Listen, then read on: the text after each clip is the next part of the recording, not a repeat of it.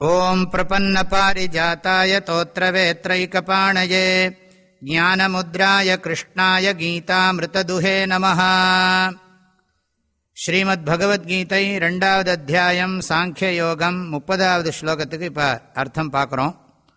தேஹி நித்யமவத்யோயம் தேஹே சர்வஸ்ய பாரத தஸ்மாத் சர்வாணி பூதானி நத்வம் சோசித்துமர்ஹசி. பகவான் ஸ்ரீகிருஷ்ணர் இந்த ஸ்லோகத்தோட ஆத்ம அனாத்ம விவேக உபதேசத்தை பூர்த்தி பண்ண போறார்.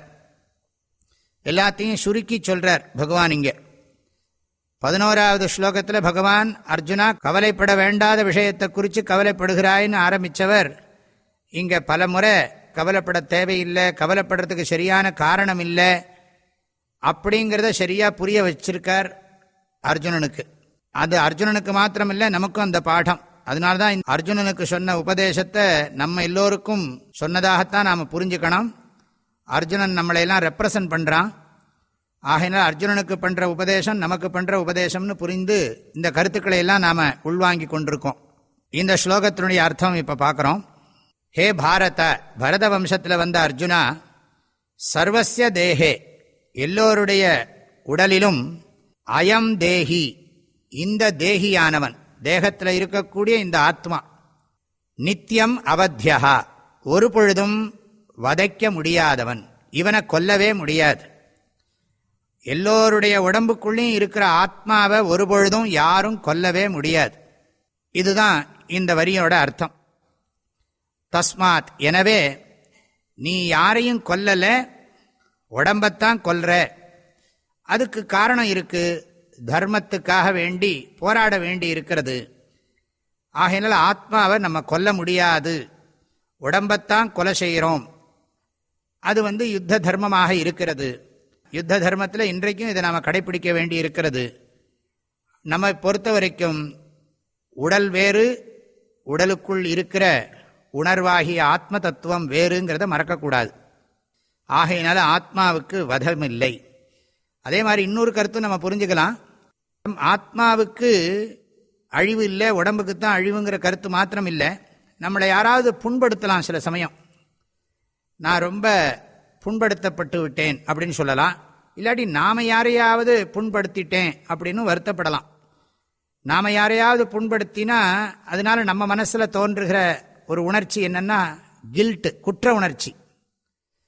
இன்னொருத்தர் நம்மளை யாராவது புண்படுத்திட்டா நம்ம மனசில் தோன்றுகிற உணர்ச்சி நான் ஹர்ட் ஆகிட்டேங்கிறோம், என்னை ஹர்ட் பண்ணிட்டான் அப்படிங்கிறோம். மனசை தான் ஹர்ட் பண்ண முடியும், ஆத்மாவை ஹர்ட் பண்ண முடியாது. ஆகையினால இந்த ஹர்ட்டை நம்ம டெவலப் பண்ணக்கூடாது. ஹர்ட்டையும் கில்ட்டையும் ரொம்ப கல்டிவேட் பண்ணக்கூடாது. அதுலேருந்து நம்ம வெளியில் வரணும். நான் மற்றவங்களை புண்படுத்திட்டேங்கிற குற்ற உணர்ச்சியிலிருந்தும் வெளியில் வரணும். அதுவும் மனநோய்க்கு காரணமாயிடும். அதே மாதிரி மற்றவங்க என்ன புண்படுத்திட்டாங்கங்கிற உணர்ச்சியிலேருந்தும் நாம் வெளியில் வரணும். அதுவும் மனநோய்க்கு காரணமாயிடும். No hurt, no guilt. நான் இதை சேர்த்து சொல்கிறேன்.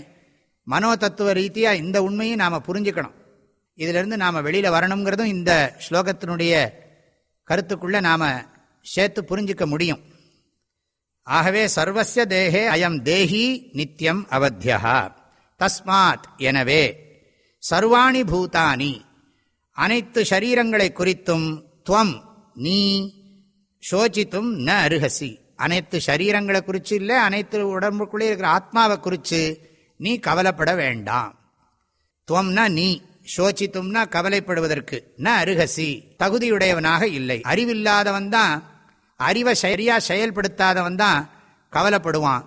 அறிவை நல்ல முறையில் பயன்படுத்துகிறவன் கவலையை விட்டுவிட்டு கடமையில் கவனம் செலுத்துவான் என்பதுதான் கருத்து. இந்த ஸ்லோகத்தோட பகவான் ஸ்ரீகிருஷ்ணர் ஆத்ம ஞான உபதேசத்தை நிறைவு செய்கிறார். இனி அடுத்த ஸ்லோகத்திலிருந்து உன்னுடைய கடமையின் கோணத்தில் பார்த்தாலும் கவலைப்பட வேண்டிய அவசியமில்லை என்று உபதேசம் பண்ண போகிறார். அதை நாளைக்கு நாம் தொடர்ந்து சிந்தனை பண்ணுறதுக்கு பகவான் நமக்கு அனுகிரகம் பண்ணட்டும். எல்லோருக்கும் பரிபூர்ணமான ஆசீர்வாதங்கள், வாழ்த்துக்கள். ஹரிவோம். ஓ